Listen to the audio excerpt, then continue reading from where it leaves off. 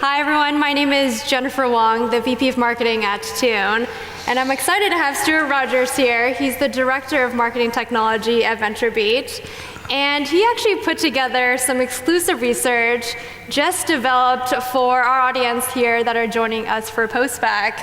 And it's a topic that I love to geek out about. Like for my birthday, my wish this year was to connect all the things. I've been buying machines and devices and making them all talk to each other. So the research that he put together is actually the realities of AI, VR, and AR in marketing today.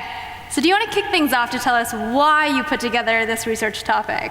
Oh, first of all, I love acronyms, obviously. That's the most important Every reason. marketer loves acronyms. This year we have been, so I do a podcast with Travis Wright called VB Engage, and we've been talking consistently every single week about these three topics because they keep on coming up.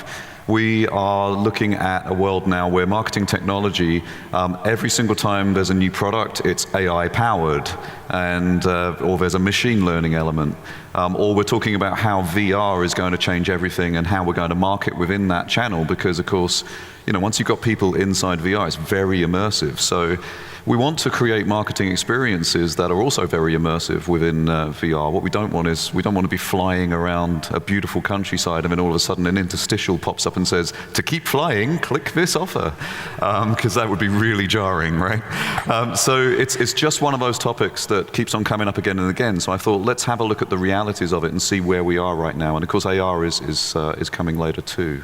So what are some of the favorite learnings or stats that you found out when you were putting together all of this data? Well, AI, the first thing with AI is a lot of people are saying that they've got AI-powered technologies. It's very similar to when I was 12 years old, which was a very, very long time ago, about 132 years. And I put together what was supposedly an AI game. You played a game of pegs, and the idea was to leave the person with the last peg. If you did that, they lost, you won. What I actually did was, it was basically a shell game. I put a random number generator in there, and after a random number of games, it would switch on a cheat mode where the human could never win. And that is a slight parable right now for where we are with AI. A lot of people are saying they're doing AI, but what they're really doing is maybe some data mining, statistics, machine learning. They're not really doing AI at this point. There are several out there that are, but most of it is machine learning and predictive analytics and using that data accordingly. So what is one example of like a real use case of AI that's really impressed you so far? I would say Yelp is very interesting. What they're doing is they're using AI for image recognition. They understand the difference between different meals when people take photographs of them and post them. They understand the difference between an indoor view and an outdoor view. And then they understand you and what your preferences are, what you like to eat, where you like to be, and the kind of photos you take, so that when you're getting served a Yelp search result, the images that are showing are the images that are hyper-personalized to you. They'll show you just the food that you like, or they'll show you the outdoor view because they know you like that. And that will make you more likely to actually go to that location because they're showing you the things that pertain to you. Okay. So then what about this next huge topic of VR? I feel like VR is the most accessible and exciting world for consumers. Putting on a headset and you're dropped in on the moon or on a roller coaster somewhere where you would never imagine the world to be like. It's amazing, and I've done sentiment analysis on millions of tweets, and when you talk about virtual reality and augmented reality, people are excited about it, really excited about it. I've also researched consumers and understood, who has really tried this stuff and who has bought it. Actually 56% of US consumers at this point have at least tried some kind of VR experience.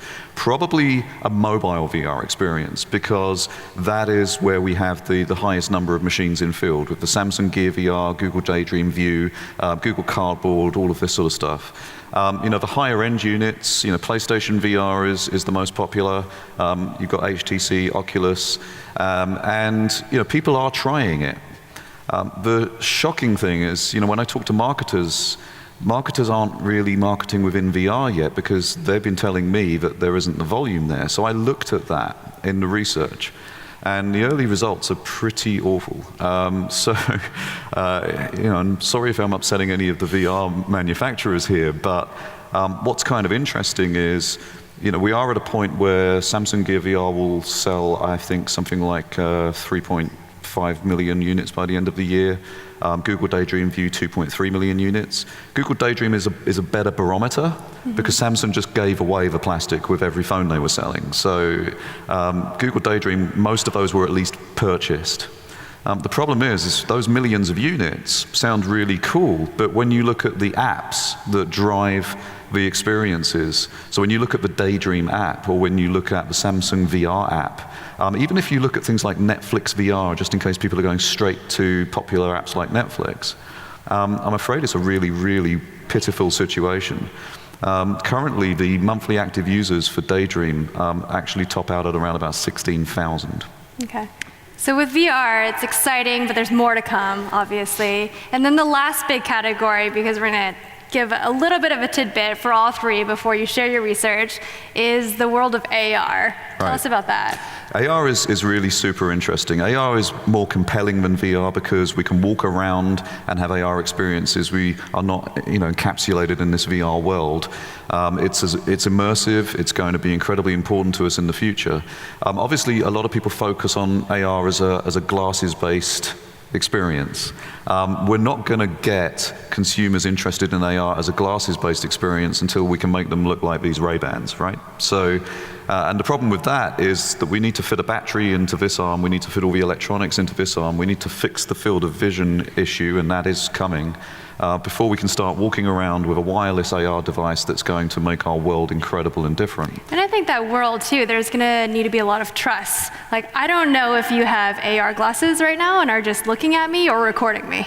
Right. And I think there's more of that needs to happen, just like understanding and transparency before that's widely adopted. That's right, and that's why the first AR experiences we're going to really get in the wild will probably be on one of these, because the smartphone is completely ubiquitous. We're heading towards 2020, and we're expecting to have 6.1 billion smartphone users in the world. So almost everyone in the world will have a smartphone. If this is the window that we're using for augmented reality, it's a little bit more obvious when I'm starting to augment you, because I can actually do this, and you can see I'm being very obvious about it.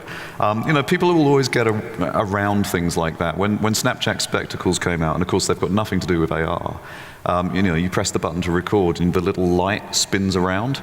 The day after they came out, a sticker company came out with stickers that you can put over there to make it look the same, but you can't see the light. People will do that kind of thing. It's, that's just human nature.